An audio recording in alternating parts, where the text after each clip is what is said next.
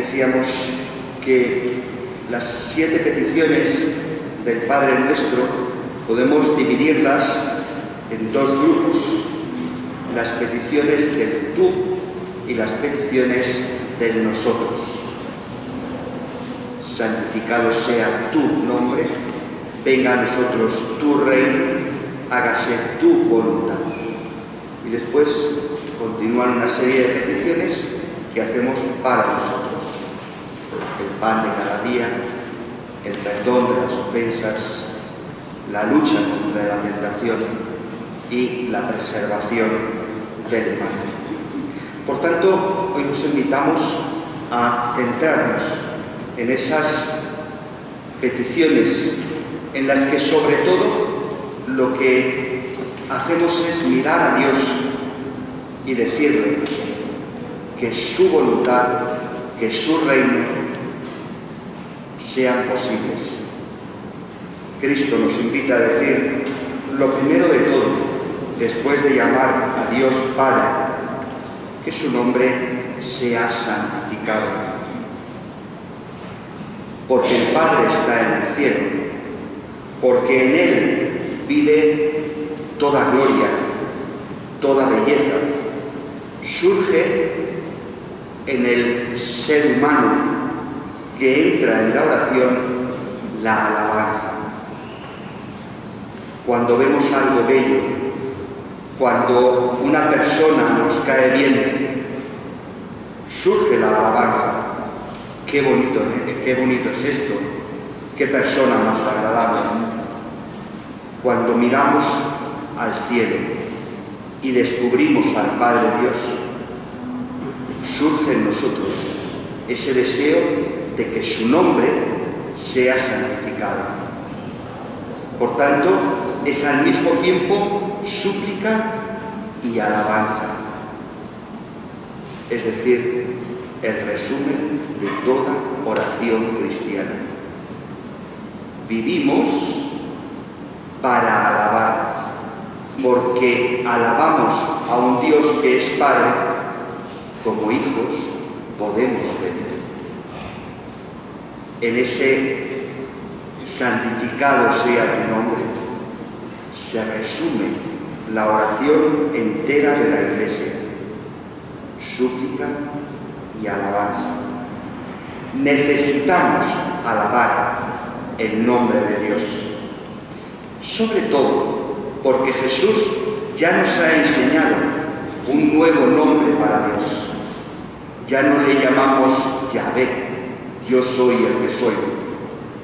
Ya no le decimos Adonai, el Señor. Jesús nos ha enseñado a llamar a Dios Papá. En la religión del pueblo de Israel, en el judaísmo, el nombre de Dios era algo tan sublime que no se podía ni pronunciar.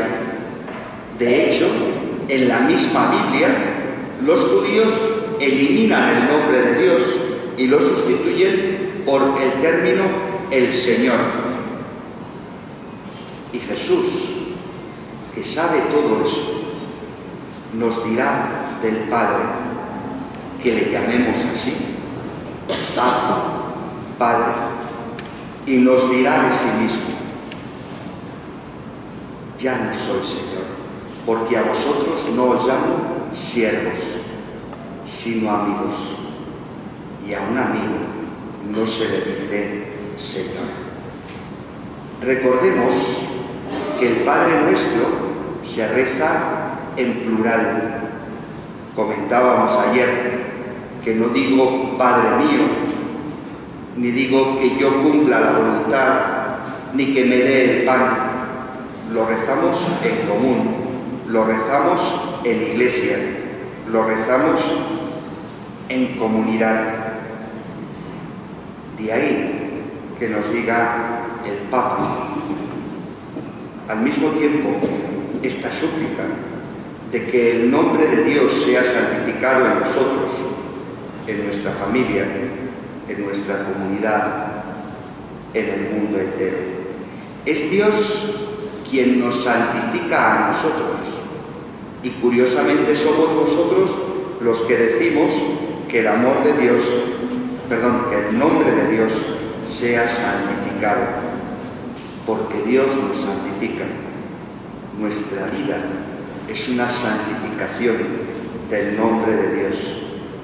Santificar el nombre de Dios significa, por tanto, comprometernos en manifestar en nuestra vida esa misma santidad de Dios, haciendo de nuestra vida una vida santa. La santidad de Dios, nos dice el Papa, es una fuerza en expansión y nosotros le suplicamos para que rompa rápidamente las barreras de nuestro mundo. Fijaos que ese deseo de que el nombre de Dios sea santificado entra en el corazón del misterio de la encarnación. Porque Dios se ha hecho hombre, porque Dios ha querido entrar en nuestra historia, abrazándola, haciéndose uno como nosotros. Dice el Papa, el mal tiene los días contados. El mal no es eterno. El mal ya no puede hacernos daño. Ha llegado, haciendo alusión a la parábola, el hombre fuerte que toma posesión de su casa. Y ese hombre fuerte es Jesús, que nos da también a nosotros la posibilidad de tomar posesión de nuestra casa interior. De ahí que nosotros, que hemos sido engendrados a una vida nueva para que el mal sea vencido en nosotros, podemos santificar a Dios en nuestra vida y, por tanto, podemos santificar el nombre de Dios. Venga a nosotros tu reino. Si os dais cuenta, estas tres súplicas del tú, en el fondo, están pidiendo lo mismo. ¿Cómo santificamos el nombre de Dios? Construyendo su reino. ¿Cómo construimos el reino de Dios? Haciendo su voluntad. Por tanto, ahondar en esas súplicas del Padre Nuestro significa también ahondar en nuestra misión como cristianos. Qué bonito contemplar en el Evangelio cómo comienza la predicación de Jesús en Galilea. El tiempo se ha cumplido y el reino de Dios está cerca. Convertíos y creed en la buena nueva.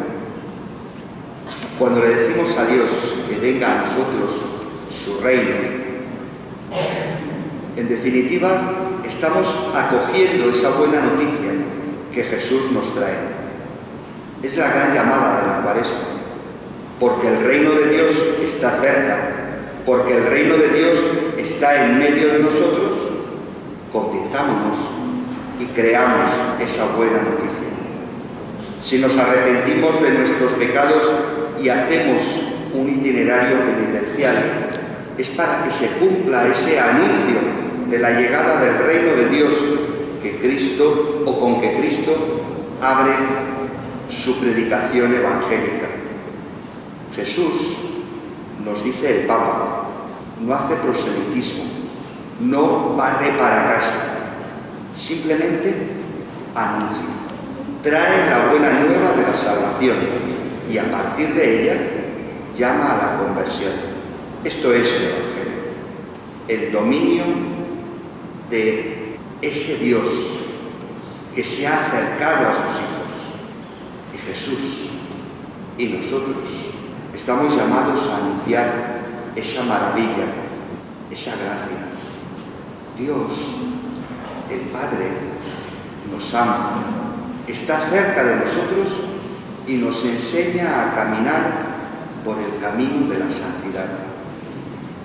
Venga a nosotros tu reino, repite con insistencia el cristiano cuando reza el Padre Nuestro.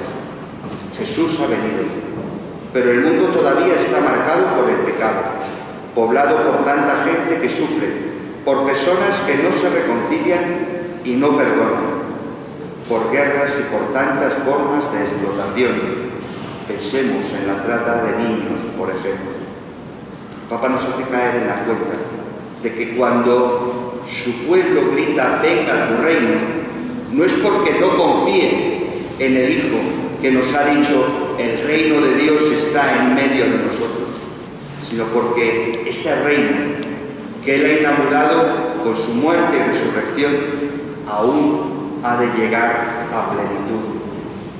Todos estos hechos, todas esas desgracias que hay en nuestro mundo, son una prueba de que la victoria de Cristo aún no se ha actuado completamente. Muchos hombres y mujeres todavía viven con el corazón cerrado. Es sobre todo en esas situaciones que la segunda invocación del Padre Nuestro brota de los labios del cristiano. Venga a nosotros tu reino, que es como decir, Padre, te necesitamos. Jesús, te necesitamos. Necesitamos que en todas partes y para siempre seas Señor entre nosotros. Venga a nosotros tu reino. Ven en medio de nosotros. Fijaos que ese deseo de que venga el reino de Dios no solo marca ese anuncio o esa invitación a la conversión tan propia de la Cuaresma. En el fondo es también ese adviento permanente en el que vive la Iglesia. Es ese deseo de que lo que ya ha empezado llegue a plenitud, de que aquel que vino por primera vez venga al final de los tiempos para que realmente reine entre nosotros. Pedirle al Padre que venga a su reino significa, en primer lugar, mostrarle la confianza de que todo depende de Dios.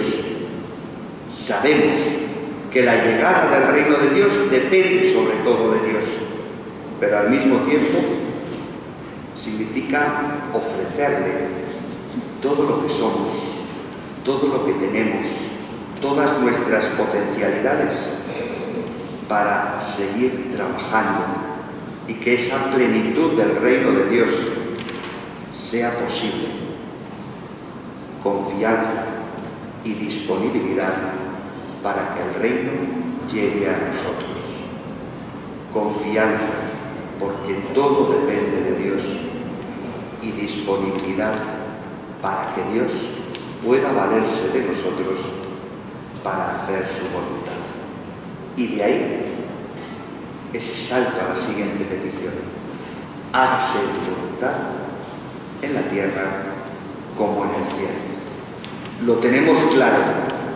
En el cielo ya sí que creemos que todo el mundo hace la voluntad del Padre, porque están los buenos en el cielo, están los que cumplen la voluntad de Dios, y por tanto miramos al cielo y le decimos, nosotros queremos vivir así. En definitiva, decirle a Dios, hágase tu voluntad aquí como en el cielo, en la tierra como en el cielo, decirle, oye, y si nos das un poquito de cielo para que podamos saborear la grandeza de esa eterna comunión contigo, que en definitiva es el cumplimiento de tu voluntad. El Papa nos decía el mes pasado, comentando esta petición del Padre Nuestro, que antes de que el hombre cuidara del mundo, Dios ya cuidaba incansablemente del hombre y del mundo. Y hacía una alusión a Zaqueo, aquel que era bajito de estatura y que vivía en Jericó, que cuando se enteró que venía Jesús, se subió a una higuera, a un sicómoro, para poder verlo, para poder encontrarse con él. Decía el Papa, el pecador Zaqueo sube a un árbol porque quiere ver a Jesús, pero no sabe que mucho antes Dios ya había ido a buscarlo. La voluntad de Dios, esa que le decimos que se haga, que se cumpla en la tierra como en el cielo, es que todos los hombres se salven y lleguen al conocimiento de la verdad. La voluntad de Dios está encarnada en la persona de Cristo, que nos dice en ese relato del encuentro con Zaqueo, ha venido a buscar y a salvar lo que está perdido. Nosotros, cuando rezamos el Padre Nuestro, pedimos que esa búsqueda de Dios que sale al encuentro del hombre tenga éxito. Por eso le pedimos que en la tierra se cumpla lo que ya se cumple en el cielo. En definitiva, pedimos que ese encuentro definitivo entre Dios y el hombre que se da en el cielo se vaya cumpliendo cada día entre nosotros.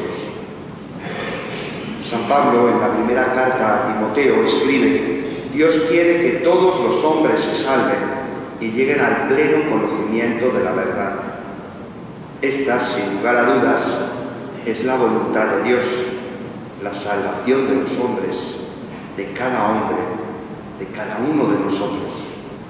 Dios, en su eterno amor, precisamente porque se ha dado la vocación de la paternidad, porque se entiende a sí mismo como Padre y nos entiende a nosotros como hijos, no desea otra cosa que cada hijo, insignificante como una partícula de arena en medio de un desierto inmenso, cada hijo pueda disfrutar de la salvación, pueda encontrarse y ver a Dios cara a cara. Rezando, hágase tu voluntad, nos dice el Papa, no estamos invitados a rebajarnos servilmente, a rebajar servilmente la cabeza como si fuéramos esclavos. No. Dios quiere que pongamos nuestra libertad a su servicio. Dios nos dice, nos quiere libres y es su amor el que nos libera. Muchas veces parece que para que los hombres hagamos la voluntad de Dios tenemos que dejar de hacer nuestra voluntad y tenemos que subyugar nuestra libertad a la libertad de Dios. Al contrario, cuando decimos al Padre que se haga su voluntad, estamos poniendo nuestra voluntad al servicio de la suya, haciendo el acto más libre que podemos hacer, porque es a cambio de nada, material y tangible, pero es a cambio de todo, de la salvación. Sabemos que en el cielo, donde todo se ajusta a la voluntad y a los planes y deseos de Dios, cada libertad de cada alma conecta en comunión con la libertad de Dios.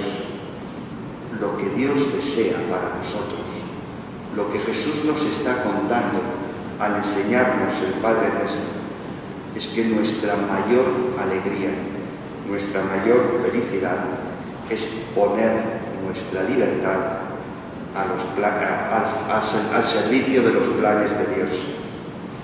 Hacíamos ayer alusión a cómo Jesús ora en el huerto de Getsemaní, a cómo Jesús llama a Dios Padre en ese momento de agonía, de lucha, y al poner su libertad al servicio de la libertad de Dios, su voluntad al servicio de los planes de Dios, es cuando encuentra el sosiego y la paz del alma, cuando pasa de la agonía a la paz.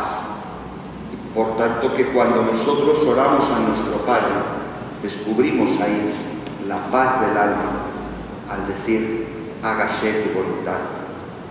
Hemos de aceptar, y estamos acercándonos a la Pascua, el misterio de la cruz en nuestra vida. Hemos de asumir que para que el reino de Dios fructifique, para que se cumpla la voluntad del Padre, es necesario que el grano de trigo caiga en tierra y muera. Nos dice el Papa, y concluimos con sus palabras. Así fue para Jesús en el huerto de Getsemaní, cuando experimentó la angustia y oró: Padre, si quieres, aparta de mí esta copa, pero no se haga mi voluntad, sino la tuya. Jesús es aplastado por el mal del mundo, pero no se abandona confiadamente al océano del amor de la voluntad del Padre. Tampoco los mártires, en su prueba, buscaban la muerte, sino el después de la muerte, la resurrección. Dios, por amor, puede llevarnos a caminar por senderos difíciles, a experimentar dolorosas heridas y espinas, pero nunca nos abandona. Estará siempre con nosotros, cerca de nosotros, dentro de nosotros. Para un creyente, nos dice el Papa, esto es más que una esperanza, es una certeza. Dios está conmigo, la misma que encontramos en esa parábola del Evangelio de Lucas, dedicada a la necesidad de orar siempre sin desfallecer. Jesús dice, Dios no hará justicia a sus elegidos que están clamando a Él día y noche y les hace esperar. Os digo que les hará justicia pronto. Así es el Señor. Así nos ama, así nos quiere.